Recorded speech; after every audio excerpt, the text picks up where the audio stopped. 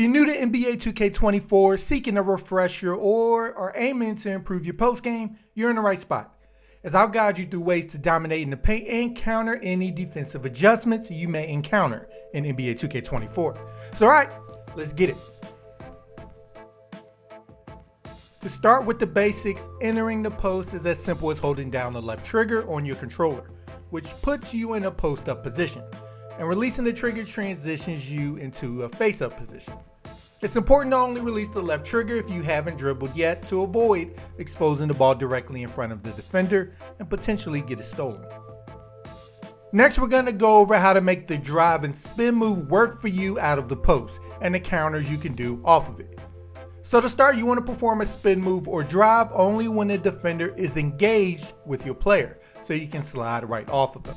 And to attempt to drive, you want to hold the left trigger on your controller, then swing the right stick from your ball hand side around the bottom to your non-ball hand side, while then aiming the left stick towards the hoop to drive.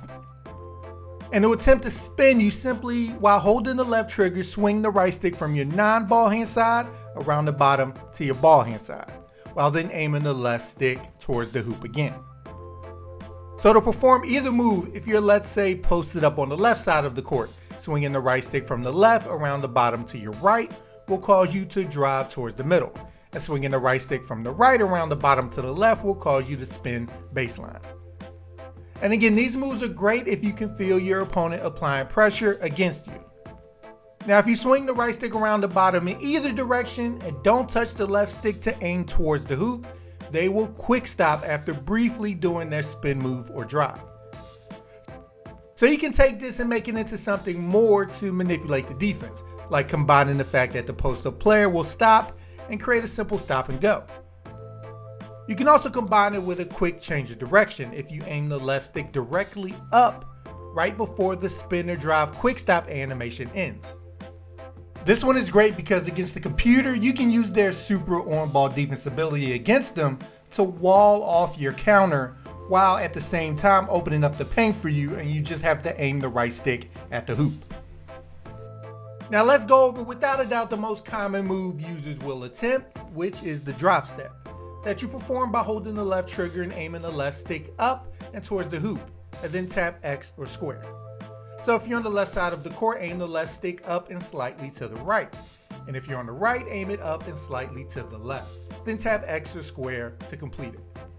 The drop step's purpose is to pin the defender behind you, clearing the way for a shot at the rim. And it's the most used move because of the animation you can get consistently on the defender using it. Now, while this is a move that can be performed against a defender playing straight up, you also want to use the defensive shade mechanic to your advantage and capitalize on defenders playing one side too strongly against you, opening up a drop step to seal them off. Those unfamiliar with the shade mechanic, is the circle underneath your player, with the 3 quadrants representing the defender being on either your left, playing you straight up, and guarding you more strongly to the right, and that's represented by it being shaded red instead of green. So this can alert you to when you have them in a bad spot, and a simple drop step can do the trick. Now when you tap the square or X button and can successfully get by the post defender, simply hit it again to go right up with the shot. If the drop step is defended properly, leave the button alone and your player will pump fake. Now if the defender then jumps after, you can go up with it, and if not, just pass the ball back out. That's easily how you can get out of this situation if you don't get the optimal drop step animation. You can also choose which hand to lay it up with instead of relying on the shoot button by using the right stick after performing a drop step to manipulate the angle the defender has. Sometimes it works to lay it up back in the direction of the defender to remove their blocking angle. Like here, I lay it up with the left even though the defender is on the left because he won't be able to block it at this angle. And sometimes you just want to get it as far away from them as possible. It depends. You also want to perform the drop step closer to the front of the restricted area. A common situation is users will perform it nearly underneath the basket and eliminate any chance of dunking, which is why you want to do it in front of it. Another good counter if your drop step gets well defended is if you're coming from the middle and you attempt to drop step to the left. You can easily transition into a fadeaway shot with a high chance of making it by aiming down on the left stick and hitting the shoot button to fade. Now to attempt a post hook, which is partly used because it's almost impossible to block, while holding the left trigger, you want to stop moving the left stick in any direction, and then hold the right stick up and to the left or up and to the right of the hoop. The direction you're aiming the stick will determine the hand your player will shoot the ball with. Now if you notice the defender is actually gearing up to try and block it, they're now exposed. So by just letting go of the right stick before your player's feet leaves the ground, and then re-aiming the right stick at the rim before the first animation ends, you will perform an up and under. Next we got the post fade out of the post, which is used in real life by guards who like to get into the post and more finesse bigs.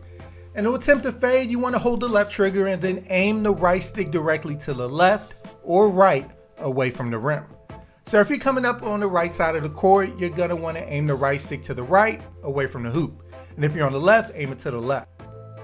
And if you're coming down the middle, aim the right stick down.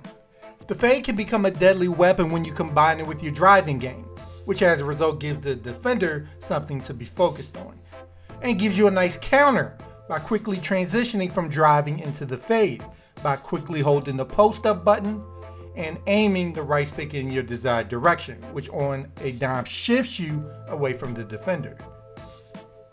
Look how I transition from driving and or knowing the defender is going to react to either thinking I have them beat already or trying to position themselves better to defend the drive, and I quickly get right into the fade as soon as they're trying to defend something else.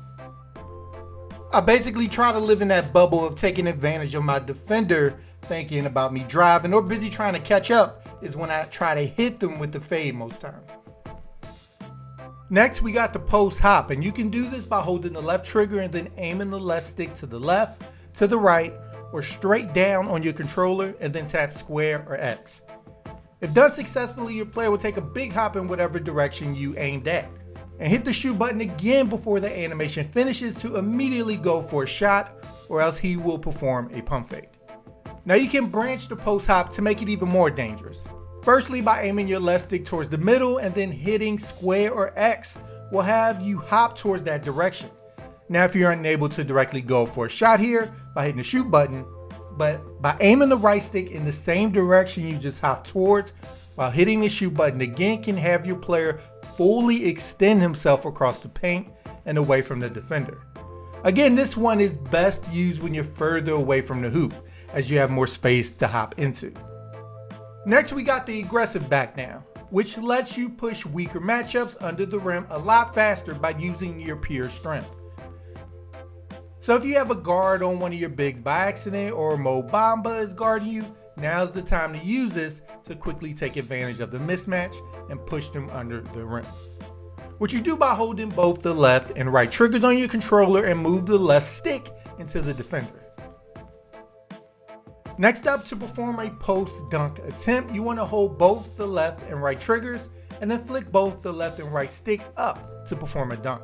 You want to try this when you're towards the middle of the hoop, right in the restricted area, to have the best shot of converting and locking the defender into an animation. Next, we got the post step away, which you can do to gain space for yourself away from the post defender, to attempt a fadeaway, hook, or fade by holding both the left and right triggers and then flicking the right stick down to back up from your defender. This can again instantly create space for yourself from the defender or cause them to immediately react to this move by jumping or moving back closer to you where you can then spin off of them. Now let's go over some more general tips to help improve your post-up game in NBA 2K24. Another way to increase your field goal percentage is backing your defender directly under the rim, then letting go of the left trigger so you're facing up. The most likely outcome here is the defender jumping immediately because that's all they have at this point, or you can just wait them out and then have an easy dunk.